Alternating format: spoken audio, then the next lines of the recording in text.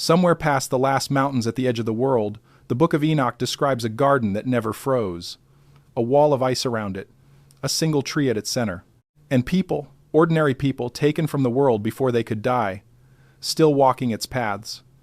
The Church cut this passage from Scripture in 364 CE. Most translations soften it into poetry. But the oldest Ge'ez manuscript does not read like poetry. It reads like a man describing a place he had stood in, recording the names of who he found alive there.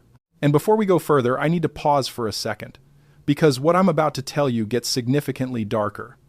And I realized a while ago that some of this cannot be fully explained in a video format. The complete reconstruction of the garden, Enoch says, still stands beyond the ice, the exact route he was carried to reach it, the measurements of the frozen wall that seals it off, the names of the men, the text says, are still living inside it, written out line by line in the Ge'ez. I put it all into a written document. It's linked below, and the QR code is on your screen. Now let's continue. Start with where the passage sits, because that matters. A complete Ge'ez copy of the Book of Enoch rests inside the Church of Our Lady Mary of Zion at Axum in the Ethiopian highlands, in a manuscript collection that has not left the building in over 400 years. The account of the garden is not one passage. It is threaded through the section scholars call the Book of the Watchers, and returns again in the parables. Enoch travels. He is carried by angels to the corners of the earth, and he writes down what he sees at each corner the way a surveyor writes down what he measures. Most of what he records is bleak.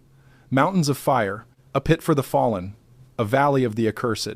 And then, at the far northeastern edge of everything, past a region the text describes as cold and lightless, he arrives at something that does not belong there. The Council of Laodicea removed Enoch from the biblical canon in 364 CE and called it dangerous. When the Dead Sea Scrolls surfaced at Qumran in 1947, 11 separate copies of Enoch were found among them, more than were found of most books that stayed in the Bible. Fragment 4Q, 206 from Cave 4, now held at the Israel Museum in Jerusalem, carries Aramaic text from the travel chapters, carbon dated to roughly the 1st century before Christ. The garden is in there. It was in there long before any church council decided the public should not read it. Dr. Michael Knibb, whose 1978 Oxford edition remains the standard English translation for scholars, noted that these travel chapters use a kind of language that does not fit the rest of apocalyptic literature. Not symbolic geography, direction, distance, terrain. He observed that Enoch describes his route the way a traveler describes a road, turn by turn, feature by feature, not the way a prophet describes a vision. And this is where it gets disturbing, because if the route is a real route, then the place at the end of it is a real place. The path to the garden runs through cold. Chapter 34 describes Enoch carried to the north, where he sees the gates from which the frost and the ice and the killing wind pour out over the earth. This is the edge of the habitable world in the text, the place where nothing grows and nothing survives. He passes through it. He does not stop there. Chapter 32-2 says he crossed over the darkness and went far beyond it, to the east, above the mountains, and came to a place where the air itself was different. The Ge'ez word doctor, Ephraim Isaac renders in his 1983 translation from the Ethiopian manuscripts, is not merely warm. It carries the sense of preserved, held apart, kept, a pocket of living air walled off inside a dead region. Enoch walked out of the ice and into a summer that the surrounding world could not touch. What he finds there he describes plainly. Chapter 32. 3 inches, the full text reads, "And I saw a garden of righteousness, and beyond it many great trees growing there, sweet-smelling, large, very beautiful and glorious, and the tree of wisdom, of which men eat and know great wisdom." He is describing a walled enclosure of living trees inside a frozen waste. The wall is not stone. Chapter 32 inches, the Ge'ez specifies the boundary as a barrier of frost standing upright, and inside it, warmth, cold holding warmth in, the way the wall of a vault holds its contents. Before we move on to the next passage, stop for a second. What you just heard about the tree at the center of the garden is the part that changes everything, but it only makes sense when you see it written out next to the original Ge'ez passage, the tree of life, the fruit of wisdom. It's all in the document linked below. Take 5 seconds right now, grab it, and then come back, because what comes next builds directly on it. The link is in the description. QR code is on your screen. Now, the tree. Chapter 24 and Chapter 25 describe it before Enoch reaches the garden itself, from a distance, standing on the 7th of 7 mountains that rise one behind the other like the tiers of a throne. He writes that its fragrance carried farther than any tree he had ever known, that its fruit resembled the dates of a palm, and that no creature of flesh was permitted to touch it until a time the angel would not name. The angel Michael, walking with him, explains the rule. Chapter 25-4 says, "This tree, no mortal is permitted to touch until the great judgment, when it will be given to the righteous and the humble, and its fruit will be food for the chosen." The tree is not decoration. It is being kept, guarded, reserved, set aside for a category of people who have not yet been allowed to eat from it. Nib pointed out something easy to miss in that passage. The rule is not that the tree is forbidden forever. The rule is that it is forbidden until a date. The whole scene is built around a delay. Something is being held back until a moment that has not yet arrived, and the tree is the physical marker of that delay, planted, guarded, and waiting exactly where Enoch found it. Nickelsburg, in his Fortress Press commentary, described the mountain of the tree as the axis of the entire journey, the fixed point everything else in the travel section is measured against. Enoch does not stumble onto the tree. He is brought to it deliberately, and shown the rule that governs it, as though the rule is the reason he was brought at all. And this is the detail that most translations quietly drop. If the fruit is being reserved for a future population, then the garden is not empty in the meantime. Somebody is maintaining it, somebody is there. And Enoch tells us who. Chapter 60 and chapter 65 both refer back to this same place, and they use a phrase the Western editions tend to flatten. The GEs describes the garden as the dwelling where the elect and the righteous dwell, where my grandfather was taken, the seventh from Adam. Enoch is the seventh from Adam. He is describing the place he himself was eventually carried to and did not leave. Genesis says it in 5 words, that Enoch walked with God and was not, for God took him. The Book of Enoch says where he was taken here, to the garden behind the wall of ice. And he was not the only one. The text names others. It describes the garden as inhabited by men who were removed from the world before the flood, righteous men whom God did not allow to die but instead carried out of reach and set inside the enclosure to wait. Not spirits, not souls. The Jazz uses the word for living men, bodies that breathe, and it describes them tending the trees, walking the paths, and waiting for the same judgment that will one day release the fruit of the guarded tree. Enoch is describing a small population of human beings, taken alive, kept alive, living inside a walled garden at the frozen edge of the world for thousands of years. The tradition around this only sharpens it. In the later parables, Enoch is not the last man carried into the garden. The pattern he sets is presented as a category, not an exception. The one who walks with God and does not see death is removed from the timeline of ordinary men and placed among the elect who already dwell there. Scripture keeps the pattern alive outside Enoch too. Elijah does not die. He is taken up in a whirlwind, and the text is careful to say he was not found afterward. The Book of Enoch supplies the missing address that Genesis and Kings both leave blank. It tells you there is a place these people go, that the place is real, that it has a location relative to the ice, and that the people carried there are still there. The account never once describes them coming back. And Enoch is not the only ancient culture that recorded this idea, which is what makes it hard to wave away. The Babylonians preserved almost the same story on clay. In the flood account carried in the Epic of Gilgamesh, the one man who survives the deluge, the figure the Mesopotamians called Utnapishtim, is not allowed to die at the end of it. The gods take him and his wife and place them at the mouth of the rivers, in a distant land at the edge of the world, and grant them life without end. Thorkild Jacobson, in his study of Mesopotamian cosmology, identified that distant land as Dilmun, described in the older Sumerian texts as a pure place where no living thing grows sick and no one grows old, a land set apart at the world's rim where the flood survivor was carried and kept alive, a man saved from the flood, removed from the world, placed at the edge of the earth, and never permitted to die. That is the Book of Enoch's garden told in a different language, written down by a different people, on the other side of the same event. Egypt held a version of it too. In the funerary texts, the blessed do not vanish into nothing. They are carried to the field of reeds, Seket Aru, a walled garden of water and grain sitting at the eastern horizon beyond the ordinary world, where the wheat grows taller than a man, and those admitted live on without decay. Jan Assmann, in his study of the Egyptian concept of the soul, described the field of reeds not as a vague afterlife, but as a bounded, cultivated place with gates and keepers and a location reached only by crossing a barrier the living cannot cross unaided. A walled garden at the edge of the world, holding a chosen population that no longer dies, guarded by a gate. 3 separate civilizations: Hebrew, Babylonian, and Egyptian. None of them copying the others. All describing the same structure. A garden, a wall, a boundary the living cannot pass. And people kept alive inside it, waiting. When one text says a strange thing, it is a story. When 3 unrelated traditions say the same strange thing in the same shape, using the same location at the edge of the world and the same detail of people who do not die, you are no longer looking at a story. You are looking at a memory, preserved 3 different ways, of something the ancient world believed was a real place with a real population inside it. The standard English editions do not put it this way. R. H.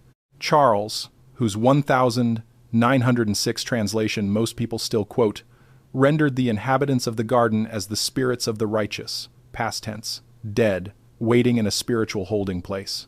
But Dr. Ephraim Isaac, translating directly from the Ethiopian Ge'ez in 1983, flagged the choice. The Ge'ez does not say spirits, it says the living. Charles inserted a theology the text does not contain. He turned a garden full of living men into a metaphor for the afterlife, because a metaphor is safe and a garden full of living men is not. Dr. George Nicholsburg, in his commentary on Enoch, made a related point about these chapters. He noted that the travel section treats the garden as a location on the map of the earth, positioned relative to real directions and real features, not as a heaven above the sky. It sits at the edge of the world, not above it. It is reachable. That is exactly what made it a problem. A heaven you cannot walk to threatens no one. A garden you could theoretically sail toward is a testable claim, and testable claims are the ones institutions bury. Dr. James Vanderkam, working through the manuscript tradition decades later, added that the garden chapters preserve older material than the sections around them. The place, in other words, was not a late invention bolted onto the book. It is one of the oldest layers of the entire Enochic tradition, older than the parables, possibly older than the flood narrative it sits next to. Whatever the garden is, the memory of it is among the oldest things the text carries. What Enoch describes, when you stop softening it, is a preserved biosphere.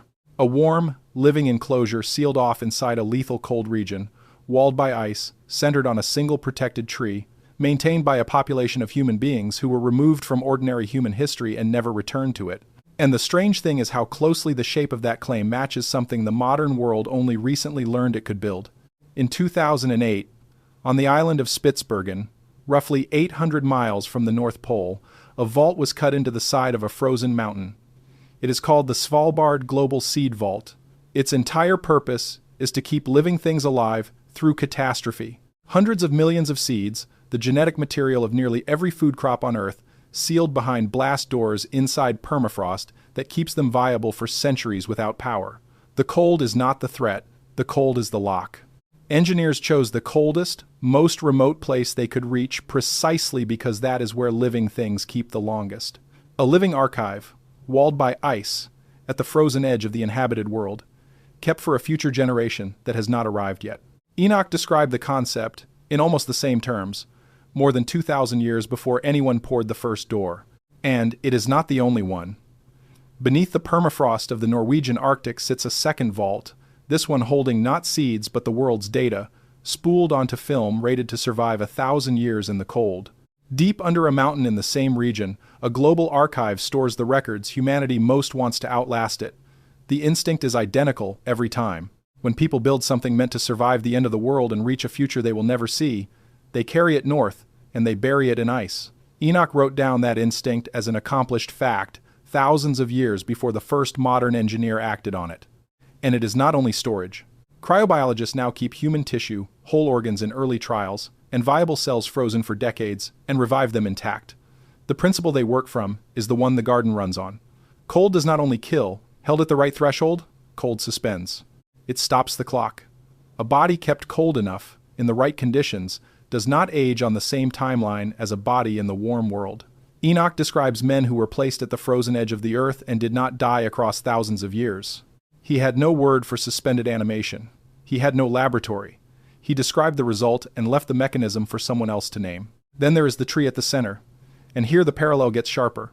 Around the world sit botanical vaults built for exactly one job, to keep a single lineage of plant life from ever being lost. The Millennium Seed Bank in England alone holds the seed of tens of thousands of wild plant species against the day any of them vanishes from the wild. And the oldest living individual trees on Earth, the bristlecone pines of the White Mountains, have stood for close to 5,000 years, alive the entire time, older than the pyramids, still producing seed. Enoch describes a single tree, older than the settled world, kept alive and guarded, its fruit sealed until a future date. We now know that a tree can in fact live that long. We now know that a single protected specimen can outlast every civilization built around it. The text was not describing an impossibility. It was describing something that, as it turns out, the earth actually permits. The suppression of these chapters follows the same road as the rest of Enoch, and it is worth walking. The Council of Laodicea removed the book in 364 CE. Jerome, assembling the Latin Vulgate around 400 CE, dismissed the travel chapters as confused and unworthy of study, without once addressing how a Bronze Age writer knew that the far north was a region of killing cold with living land beyond it. Augustine, in the City of God around 410 CE, argued that the garden passages were borrowed pagan myth and did not explain the borrowing. The pattern is consistent. Every authority that dismissed the garden dismissed the where of it, the location, the route, the wall, and never the theology. Theology was never the problem. Coordinates were the problem. The Ethiopian Church, operating apart from Rome, kept the full text. When the Scottish traveler James Bruce carried 3 GE's manuscripts back to Europe in 1773, the garden chapters drew immediate argument among Oxford scholars, who called the living enclosure at the edge of the ice irreconcilable with accepted geography. R. H. Charles, in a footnote to his 1906 edition, suggested the garden was a garbled memory of some real northern place a traveler had once described. He offered no traveler and no place. He simply needed the passage to mean less than it said. There is a further layer most researchers never reach. When Joseph Millick published his landmark edition of the Aramaic Enoch fragments in 1976, the travel chapters describing the garden and its inhabitants were given low priority and thin commentary. Millick described the garden material as later mythological elaboration with no geographical content, the same verdict Charles had reached from the opposite direction. The two men disagreed about almost everything, and agreed on one thing, that the garden did not need to be looked at closely. And so, for decades, it was not. The single most specific account of a preserved living place in the entire Enochic corpus was handled by the men who controlled access to it as though it were the least important thing in the book. Direct examination of the source became harder still after 1974. Following the Ethiopian Revolution, the new government classified the church archives at Axum as national cultural property and closed them. Dr.